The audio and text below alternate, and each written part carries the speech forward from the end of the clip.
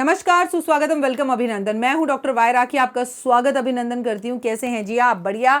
आप सुखी रहें, खुश रहें, ऐसे मैं दिल से कामना करती हूं। मेरा ये प्यारा सा परिवार, मेरा प्यारा प्यारा प्यारा परिवार खूब बड़ा बन जाए, खूब तरक्की करे, ऐसे मैं दिल से कामना करती हूँ। अक्सर मैं आपसे कई टॉपिक्स पर, कई विषयों पर बात करती हूँ, लेकिन आप हम कोई टॉपिक या विषय शुरू करें उससे पहले ज़रूर आप एक काम कर लीजिए, और वो काम ये है कि आप कमेंट्स में जाके जय माता दी लिखिए। और मैं भी हमेशा की तरह करती हूँ, बिलीव इन कर्मा।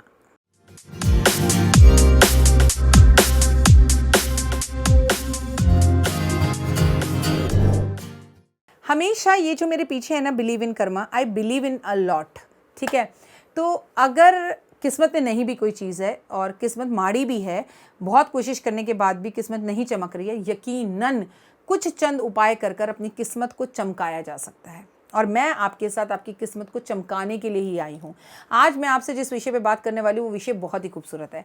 लेकिन सबसे पहले मैं आज आपसे एक बात करती हूँ। अभी मेरे पास ना गुड़गांव से एक मैम आई, उनके साथ एक लड़की थी, उनकी बेटी थी, उनके हस्बैंड भी थे। उनका गुड़गांव में पार्लर है, तो उनके हस्बैंड का पोस्टिंग नहीं हो रहा, वो राजस्थान में है। तो वो कह रही थी कब पोस्टिंग हो। मैं बहुत दुखी हूँ। वो उदास भी थी, हालांकि 2-3 बार बैठ के वो रोई भी। और मैंने कहा मैम कोई बात नहीं, आप परेशान मत होइए, सब ठीक हो जाएगा। लेकिन कह रही आपका घड़ी वाला मैंने उपाय किया, और उपाय करते इनका शाम को फ़ोन आ गया कि सुन मेरी पोस्टिंग हो गई है और मैं दिल्ली वापस आ रहा हूँ। फिर मैम इनको लेटर मिलना था पोस्टिंग का, लेकिन वो ना लेटर अभी तक नहीं मिला। तो वो उदास हो गई। तो मैंने उन्हें एक बात समझाई। तो मैंने सोचा कि ये बात मैंने इन्हें अकेले में समझा दी, पर ये तो मुझे अपने परिवार को भी समझानी होगी ना, कहीं मेरे परिवार ना चूक जाए इस बात से। आप जो भी कुछ लिख रहे हैं घड़ी के पीछे, आप जो भी उपाय और रेमेडी कर रहे हैं, कैलेंडर के पीछे लिख रहे हैं अपनी विशेज़, लिखिए, कोई प्रॉब्लम नहीं है।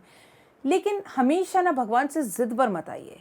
अजमेर की एक दरगाह है, अजमेर की दरगाह के बारे में सब जानते हैं। आपने कई फिल्म स्टार को अजमेर की उस दरगाह में जाते हुए देखा होगा। हालांकि हम हिंदू धर्म से, हमें दरगाह की बात नहीं करनी चाहिए, बट एग्जाम्पल हमें ज़रूर देना चाहिए, क्योंकि हिंदू, मुस्लिम, सिख, ईसाई आपस में हैं भाई भाई। यहाँ पर कोई भी जगह अच्छा हो तो वहाँ नरमस्तक और माथा टेकने में कोई बुराई नहीं है। तो उस दरगाह में हिजड़ों ने कहा कि किसी ने हिजड़े का अपमान किया कि जा जा तुझे तो बच्चा नहीं हो सकता। तो हिजड़ों ने अपना माथा पटका उस दरगाह में और खून निकलने लगा। और उन्होंने कहा कि अगर तू सच में है और इस अजमेर की दरगाह में जान है, तो फिर हम तुझसे मांगते हैं कि हमें बच्चा हो जाए, हम मतलब हमें बच्चा दे और बच्चा से नवाज, हमारे ऊपर से एक कलंक हटा। ठीक है जी। अब भगवान को चैलेंज, तो फिर उस ज़माने की बात तो अलग ही थी। उस हिजड़े को जिसने अपना माथा पीटा और मन्नत मांगी, उसे बच्चा हो गया और बच्चों में भी बेटा हुआ।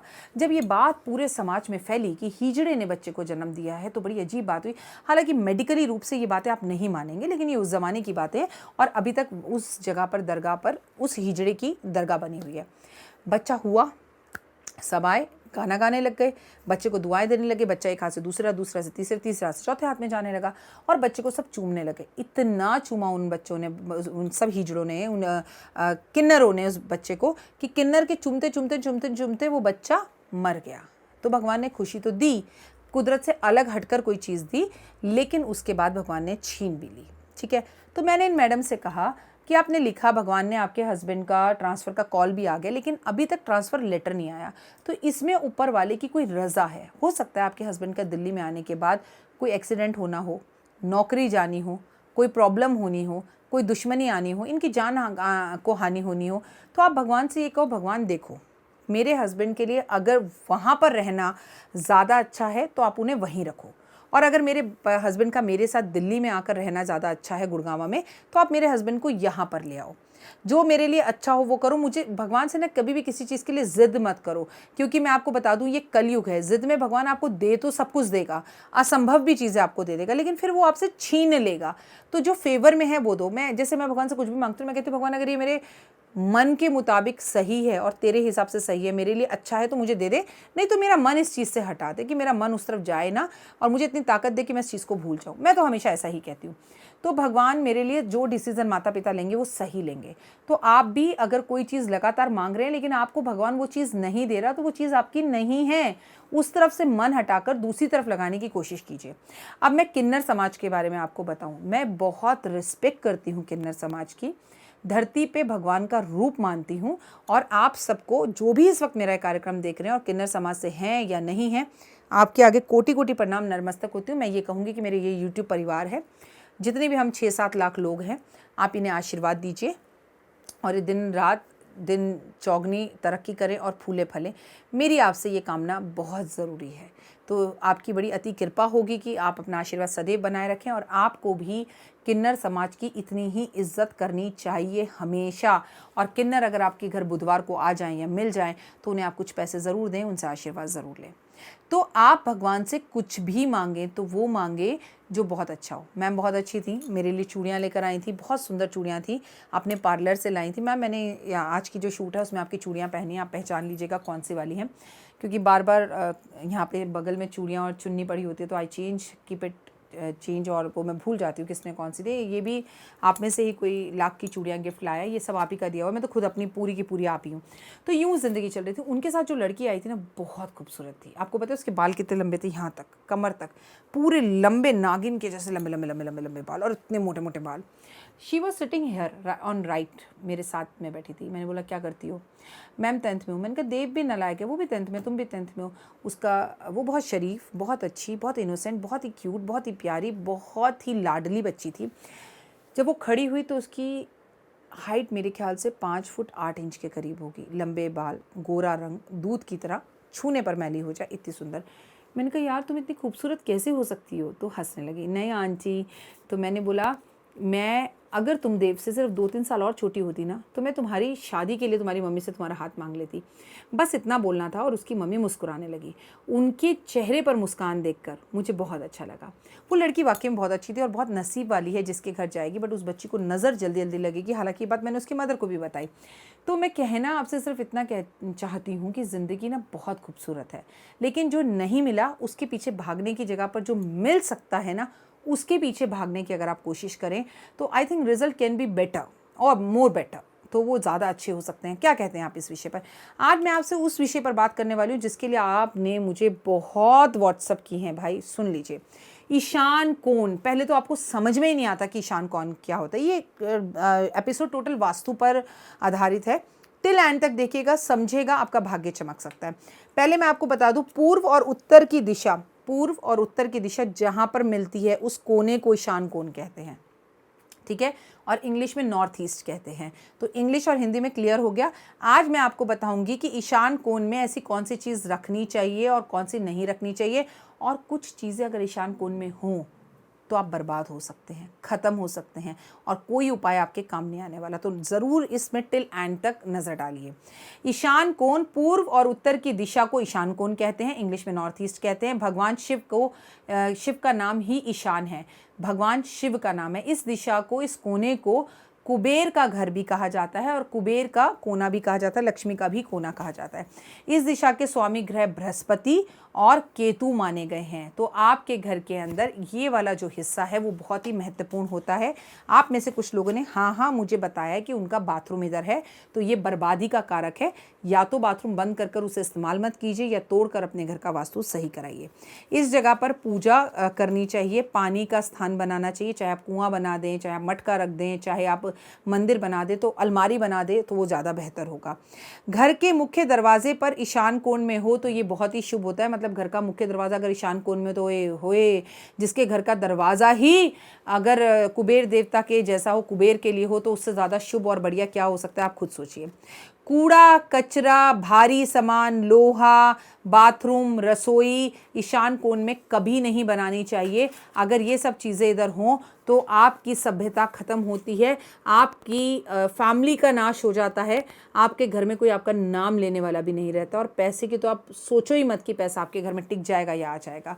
आपको इन चीज़ों का बहुत ज़्यादा ध्यान रखना होता है। वहीं पर अगर मैं पूर्व दिशा की बात करूं, हालांकि मैं ईशान कोण की बात करें, पर क्योंकि मैंने आपसे क्या बोला, मैंने आपसे पहले ही बोला कि पूर्व और उत्तर का कोना जहां मिलता है वो ईशान कोण होता है, तो पूर्व की थोड़ी सी बात कर लेते हैं। इस दिशा में तोरण लगाना चाहिए। पूर्व दिशा बेहद शुभ होती है। पूर्व दिशा में घर का मुख्य दरवाजा हमेशा होना चाहिए। गृह स्वामी की लंबी उम्र होती है। अगर घर का पूर्व साफ सुथरा रहे, नीट एंड क्लीन रहे, अगरबत्ती रहे, उसमें तुलसी हो, उसमें मनी प्लांट हो और आपका बेडरूम हो, कोई प्रॉब्लम नहीं है। तो ये सब चीज़ें बेहद खास होती हैं पूर्व दिशा के लिए। और उत्तर दिशा की तरफ अगर हम बात करें तो उत्तर दिशा की तरफ हमें बच्चे को स्टडी हमेशा उत्तर दिशा करनी चाहिए। ये मेरे पीछे उत्तर ही है। आप मेरे सामने बैठ के मुझसे सवाल पूछते हैं तो आपका मुंह हमेशा उत्तर की तरफ होता है मेरे, तो दैट्स वेरी गुड ना, कि आप जो भी पूछ रहे हैं, जो भी उपाय लिख रहे हैं, उसमें आपको सक्सेस मिलेगी, आपका काम होगा और आपकी चीज़ें अच्छे से होंगी। तो उत्तर की तरफ हमें पानी रखना चाहिए, फिश एक्वेरियम रखना चाहिए, सफाई रखनी चाहिए। हमारे सपने विदेश जाने के हैं तो हमें इस तरफ उत्तर की तरफ प्लेन रखना चाहिए। मेरे यहाँ पर कुछ नोट मैंने फ्रेम करके लगा रखे हैं, मैं अनिल से कहूँगी कि अनिल इनकी फ़ोटोज़ खींचकर आपको ज़रूर बाद में दिखाए। तो उत्तर की तरफ हमें कुछ पैसे रखने चाहिए। हम जो भी अलमारी अपने घर में रखते हैं वो उत्तर दिशा की तरफ ज़रूर होनी चाहिए। ईशान कोण में जो भी महिला रोज़ सुबह घर के अंदर गाय के घी का या तिल्ली के तेल का या चमेली के तेल का दिया जलाती है, उसके घर से बरकत कभी बाहर नहीं जाती, उसके घर में धन बरसता है। इस जगह पर सुगंधित अगरबत्ती लगानी चाहिए, इस जगह पर चमकीला कोई भी पदार्थ रखना चाहिए, मतलब ग्लिटर रखना चाहिए, वहाँ पर अगरबत्ती जलानी चाहिए, वहाँ पर आपको स्प्रे छिड़कना चाहिए, वहाँ रोज़ वाटर छिड़कना चाहिए। आपको वहाँ पर उस जगह पर ईशान कोण के अंदर दिया जलाने की जगह पर सुगंधित अगरबत्तियाँ जलानी चाहिए। आपको ईशान कोण में कुछ पैसे ज़रूर रखने चाहिए। ईशान कोण को साफ़ सुथरा खुला रखना चाहिए, वहाँ कभी बदबू नहीं आनी चाहिए। ईशान कोण अगर आपके घर का अच्छा हो जाए, नॉर्थ ईस्ट, तो आपको मैं शब्दों में नहीं बता सकती उस घर का कितना भी वास्तु क्यों ना बिगड़ा हुआ हो, लेकिन अगर नॉर्थ ईस्ट आपके घर का सही है, सुगंधित है, पूजित है, मंदिर है, साफ है, सुथरा है, हवादार है, तो आपके घर में ना कभी कर्जा हो सकता है, ना तकलीफ आ सकती है, ना कोई कष्ट हो सकता है, ना आपका कोई काम रुक सकता है। और इसके अपोजिट अगर वहाँ पर बच्चों के खिलौने पड़े हैं, लोहा पड़ा है, मलबा पड़ा हुआ है, एक ऐसी जगह है जो कभी खुलती नहीं है, अनवांटेड सामान पड़ा हुआ है जिसकी आपको ज़रूरत नहीं है, उस जगह आप कभी सफाई नहीं करते हैं, आपने बाथरूम में बना रखा है, उस बाथरूम को आप लगातार इस्तेमाल करते हैं, तो उस घर के जातक हमेशा बीमार रहेंगे, कर्जे में रहेंगे, उस घर में मौतें होती रहेंगी, उस घर के अंदर हमेशा लोग उस घर के लोगों से दूर रहेंगे। तो ये सब चीज़ें ईशान कोण के जादुई कोने में हैं। मैं हूँ डॉक्टर वाई राखी और इस वक्त आप अपना और मेरा यूट्यूब चैनल देख रहे हैं। तो अपने घर के ईशान कोण को बहुत साफ़ सुथरा रखें और हो सके तो वहाँ दिया ज़रूर जलाएं, और पूरा टाइम जलाएं या ना जलाएं, लेकिन कसम से सिर्फ शुक्रवार की शाम को गोधूली बेला में वहाँ पे दिया जलाना शुरू कर दो। आप कहोगे राखी जी चमत्कार हो गया, बवाल हो गया, ज़िंदगी पूरी बदल गई। दिया अगर बुझ जाए उसे दोबारा जला दो, दिया रात भर जले तो अच्छा, पर सेफ्टी देख लेना कि वहाँ कोई कंबल वंबल या बच्चे ना हो, बच्चों का कमरा ना हो, नहीं तो बस 5 मिनट अगरबत्ती धूप दिखाकर भी आप उस कमरे का ईशान कोण का दिया जला के इस्तेमाल कर सकते हैं। बहुत ज़्यादा कुछ करने की ज़रूरत नहीं है। मैं हूँ डॉक्टर वाई राखी और मुझे इंस्टा पर फॉलो कीजिए, 5 मिनट स्टोरी पे फॉलो कीजिए, मेरे को फेसबुक पेज पर भी फॉलो ज़रूर कीजिए। इस वीडियो को लाइक ज़रूर कीजिए। ईशान कोण के लिए थंब दिखाइए, क्योंकि आप जो दिखाते हैं यूनिवर्स से वही मिलता है। आपके घर का ईशान कोण कौन सा है उसकी फ़ोटो खींच के मुझे ज़रूर भेजिएगा। कैसे आप दिया जला रहे हैं, क्या आप हमेशा जलाते हैं या सिर्फ शुक्रवार जलाते हैं, आप मुझसे पूछिए। मैं हमेशा रोज़ सुबह 4 बजे उठकर उस कोने में दिया जलाती हूँ, और जब मुझे पीरियड्स होते हैं तो मैं नहीं जलाती हूँ, और मैं दिल्ली से बाहर होती हूँ तो भी मैं नहीं जलाती हूँ, ना मैं किसी और को जलाने के लिए कहती हूँ, क्योंकि जिसका काम उसी को साजे, कोई और करे तो डंका बाजे। मेरा काम मैं खुद करती हूँ। I don't trust to anyone else, क्योंकि मुझे पता है मुझे क्या करना है, तो भाई जितना जलता है उतना ज़रूर जलाती हूँ। अगर इफ़ आई एम इन दिल्ली और मैं घर में हूँ और मेरे को पीरियड्स नहीं है, मैं जल्दी उठ रही हूँ, तो मेरे घर के ईशान कोण में शायद इस वक्त दोपहर के 2 बज रहे हैं, दिया जल रहा होगा। इतने बड़े बड़े मिट्टी के दिए मैंने ला के रखे हुए हैं और उसे भरकर मैं जलाती हूँ। और उसी कोने में मेरी अलमारी है, उसी में मेरी तिजोरी है, वहीं पर उसके नीचे मैं दिया जलाती हूँ और सफाई का पूरा ध्यान रखती हूँ। और मज़े की आपको बात बताऊँ, ये कोना जहाँ पर आप मेरे को शूटिंग करते हुए देखते हैं, जहाँ मोर पंख है, ये मेरे ऑफिस का ईशान कोण है। तो देख लीजिए मैंने यहाँ मोर पंख रखे हुए हैं, and again it's covered hair.